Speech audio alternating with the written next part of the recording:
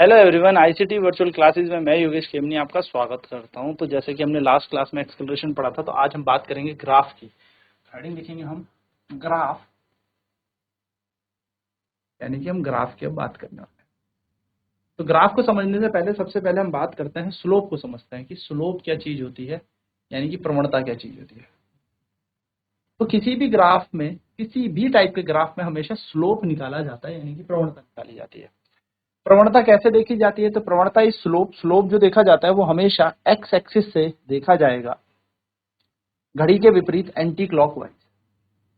ठीक है, ये जो होती है, ये ढाल हम जिसको कहते हैं, ये प्रवणता हम जिसको कह रहे हैं, यानी कि ढाल हम इसको कह सकते हैं, ढाल। यही स्लोप है, इसी को हम क्या कहते हैं? स्लोप कहते हैं। तो स्लोप हमेशा एक्स एक्सिस से, यानी कि प्लस के एक्स एक्सिस से देखी जाती है। और कैसे देखी जाती है? Anti clockwise. इस स्लोप को निकालने के क्या क्या तरीके हैं, तो ध्यान से सुनिएगा। स्लोप को, यानी कि प्रवणता को हम दर्शाते हैं एम से। स्लोप को हम किससे दर्शाएंगे? एम से हम दर्शाएंगे, यानी कि स्लोप को दर्शाया जाता है एम से। प्रवणता को दर्शाने का तरीका होता है एम। और एम बराबर हमारे पास सूत्र होते हैं टेन थीटा या फिर y2 minus y1 upon x2 minus x1, या फिर होता है dy बाई डी एक्स। ये तीनों चीजें हमें स्लोप बता रही है, यानी कि dy बाई डी एक्स क्या है? एक प्रवणता ही बता रही है। ठीक है, ये हमें स्लोप के बारे में बता रही है। अगर किसी ग्राफ का स्लोप ज्यादा होगा, इसका मतलब ढाल ज्यादा होगी, तो ढाल से हम उसकी प्रवणता को ज्यादा बोल सकते हैं या कम बोल सकते हैं। ठीक है, चलिए जरा यहां पर समझ लेते हैं कि कोऑर्डिनेट्स के हिसाब से, यानी कि निर्देश तंत्र के हिसाब से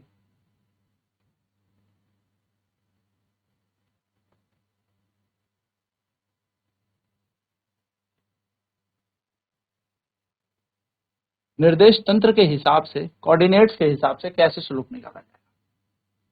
देखिए, आप कहीं पर माने आप x1 पॉइंट पर खड़े हैं, तो आपका कोऑर्डिनेट x होगा, x1। आप आगे चलेंगे तो आप कहीं x2 बिंदु पर खड़े होंगे। वहीं पर आप किसी y1 बिंदु पर जाते हैं और यहां पर चाहते हैं ऊपर की तरफ, तो आप किसी y2 बिंदु। यानी कि अगर मैं आपसे बोलूं कि आपके इस पॉइंट पे आप x1 कदम कुछ आगे हो और y1 कदम कुछ ऊपर हो, तो आपके यहाँ के कोऑर्डिनेट होंगे x1 और y1। ये आपके कोऑर्डिनेट, यानी कि निर्देश तंत्र होंगे। वहीं पर आप x में कुछ आगे हो, x2 दूरी आगे और y में y2 दूरी ऊपर हो, तो यहाँ पर आपके कोऑर्डिनेट होंगे x2 y2। ये आपको क्या बताएगा? आपके कोऑर्डिनेट्स। और इन दोनों बिंदुओं को जोड़ें तो ये आपका स्लोप बता देगा, यानी कि प्रवणता बता देगा। तो जैसे उदाहरण के तौर पे अगर मैं आपको एग्जांपल दूं और एग्जांपल में समझे, तो एग्जांपल में अगर मैं कहूं मैं 3 कदम की दूरी पे हूं, मेरा कोऑर्डिनेट है 3,0, तो हमेशा आगे x होता है और पीछे y होता है। तो आपके दिमाग में आपको याद रहना चाहिए कि आप इस बिंदु पे कहीं हो 3 और यहाँ पर y कुछ नहीं है, तो ये 3,0 है। यानी कि आप x में 3 कदम आगे हो और y में आप कुछ भी नहीं चले, 0 पे हो। उसी प्रकार अगर मैं यहाँ पर कोऑर्डिनेट्स बनाता हूँ और आपके कोऑर्डिनेट्स लिखता हूँ कि P एक बिंदु है जिसके कोऑर्डिनेट्स है 5,3, तो आप यहाँ पर देखें, इस तरीके से बनाएं, 1 2 3 4 5 6 7, नाम दे दें इसे 1 2 3 4 5 6 7। ये 0 से स्टार्ट हो रहा है, ये एक्स एक्सिस। और इसी तरीके से आप वाई एक्सिस की तरफ बनाए, वाई एक्सिस की तरफ 1 2 3 4 5, तो आप यहाँ पर इसका नाम दे दें या नंबर दे दें 1 2 3 4 5। तो आप यहाँ पर देखेंगे आप किस में हो, आप कोऑर्डिनेट चेक करो तो आप देखोगे आप एक्स में 5 और वाई में 3 हो। तो आप एक्स में चलो 1 2 3 4 5 और वाई में 3, यानी कि आप 5 के ऊपर और 3 के सामने आपका बिंदु जो P है वो इस तंत्र पे है। ये आपका निर्देश तंत्र है। तो इस तरीके से आपको क्या करना है? कोऑर्डिनेट्स पता करना है। अगर आप जहां से चले वो आपके इनिशियल कोऑर्डिनेट होंगे। मान लो आप यहां से चले तो आपके इनिशियल कोऑर्डिनेट कितने होंगे? 0,0। ना आप एक्स में कुछ कदम थे ना वाई में कुछ कदम थे। लेकिन जब आप एक्स में 5 कदम आगे चले गए और वाई में 3 कदम ऊपर, तो आपके नए निर्देश तंत्र 5,3 हो गए। चलिए, तो फटाफट से नोट डाउन करेंगे इसे एंड देन फिर बढ़ते हैं आगे की तरफ।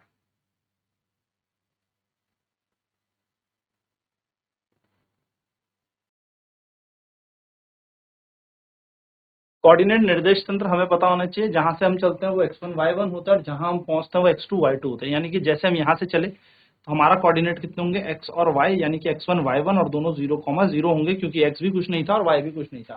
फिर जिस बिंदु पे हम पहुंच गए, चाहे हम यहाँ पर 3 कदम पे हैं, x2 y2 के नाम से ये जाना जाएगा। क्योंकि यहाँ पर x2 y2 क्यों? क्योंकि कोऑर्डिनेट्स x और y हैं, y यहाँ पर कुछ है नहीं, 0 है, और x यहाँ पर 3 होगा।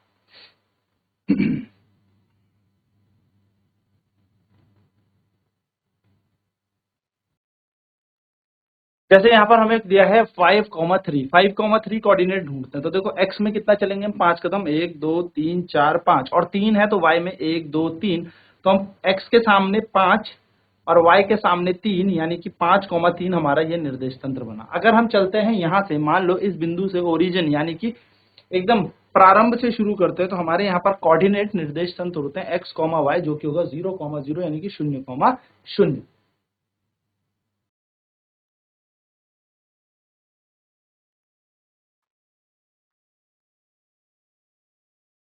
चलिए, तो यहाँ पर बात करते हैं एक क्वेश्चन की। देखिए, ठीक है, आप चले यहां से, यहां पर आपके कोऑर्डिनेट थे x1 और y1, ठीक। एक पॉइंट पर आप पहुंचे, इस कोऑर्डिनेट का नाम था x2 और y2, ठीक। अब आपको ये निकालना है स्लोप। अब x2 y2 कौन सा पॉइंट होता है? ये वो पॉइंट होता है जहां पर हम एंड में पहुंच जाते हैं, लास्ट में पहुंच जाते हैं, ठीक। सो अगर हम यहां पर बात करें एक सिंपल स्लोप की, तो हम स्लोप कैसे निकालेंगे सर? ये थीटा कैसे निकालेंगे? अब हमारे पास तो टेन थीटा होना चाहिए, टेन थीटा का मान हमें पता है तो बहुत अच्छी बात है, बट अगर नहीं है तो हम क्या करेंगे, हम यहां पर कर देंगे y2 minus y1 upon x2 minus x1। यानी कि स्लोप निकालने का हमारे पास एक तरीका होता है। आप लोगों ने मैथ्स में एक स्ट्रेट लाइन की इक्वेशन पढ़ी होगी, y बराबर mx प्लस सी, है ना, y equal to mx plus में c। तो ये जो m होता है यही स्लोप बताता है उस स्ट्रेट लाइन का, यानी कि यही प्रवणता यानी कि ढाल बताता है उस स्ट्रेट लाइन का।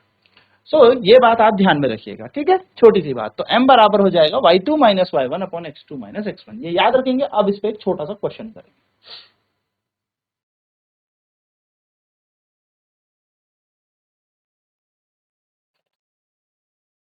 चलिए, तो क्वेश्चन करते हैं छोटा सा। क्वेश्चन है,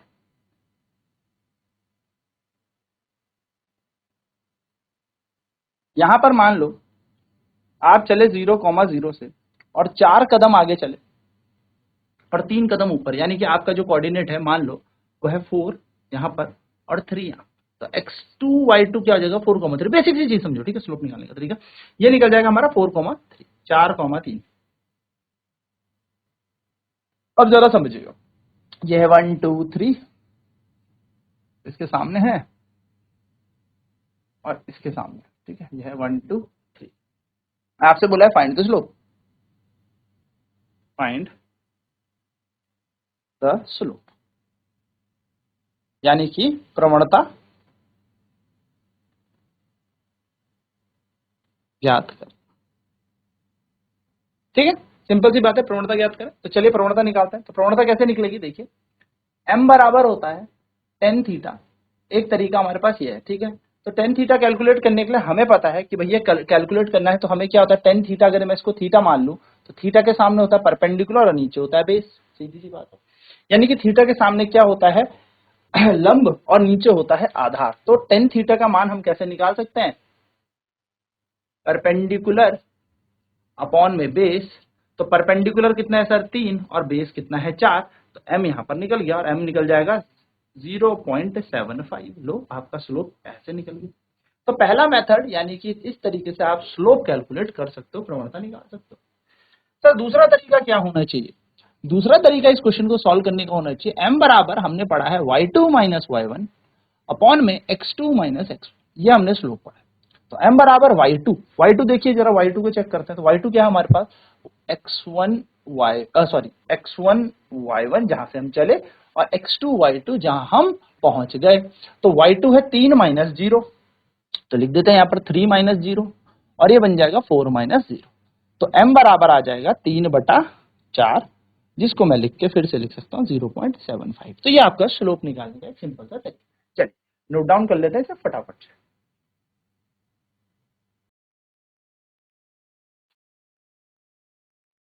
इस तरीके से आपको ध्यान देना है कि x1 y1 हमारा जहां से हम चले वहां होगा और x2 y2 जहां हम पहुंचे वहां पर होगा।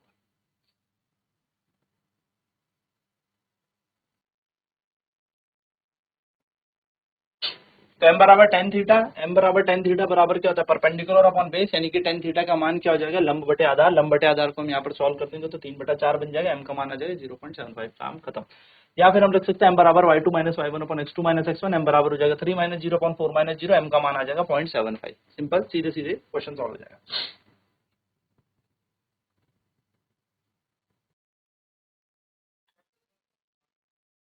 तो बेसिक से ये क्वेश्चन है स्लोप्स के, और इस तरीके से आपको इन स्लोप के क्वेश्चन करने हैं। हम नेक्स्ट क्लास में बात करेंगे वेलोसिटी टाइम ग्राफ और डिस्प्लेसमेंट टाइम ग्राफ की। आज की क्लास में इतना ही। आईसीटी वर्चुअल क्लासेस में जुड़ने के लिए धन्यवाद। आपका दिन शुभ हो।